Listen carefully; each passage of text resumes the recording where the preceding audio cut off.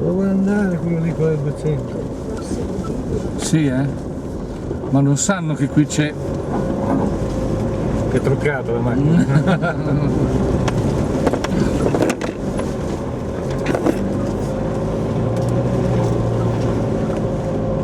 Va bene come taxi? Corriera. Prossimo bivio a destra. Quanti bivi ci sono? Dov'è? Mi sembra sempre dritto.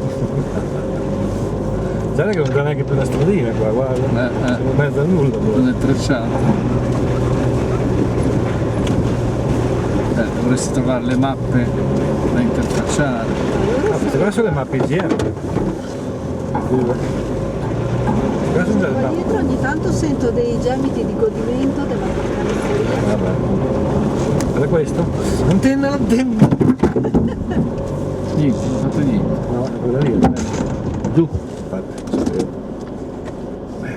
Eravamo basso. Aspetta, metto io. No, la stai lì. Dove va? Questo è grosso. Si associa. Amore.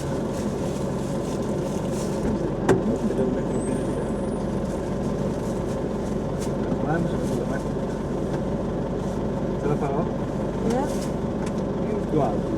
Vado io. No, ma se non sei più alto di me. Puoi mettere. Ma lei si allunga? È retrattile? Ce l'hai fatta? Oh, direi che da qualche ramo, ho visto.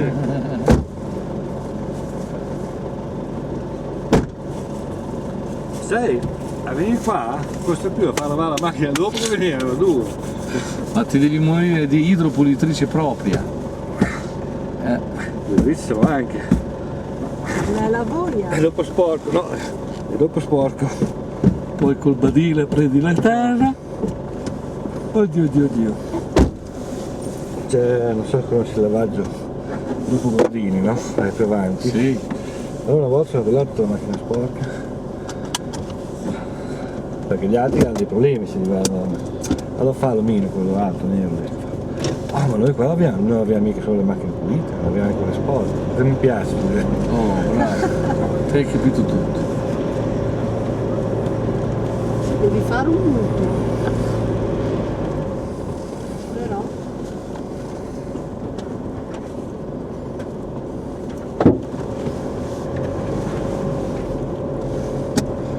Dai, è la prima volta che sale sul Mitsubishi, la verità.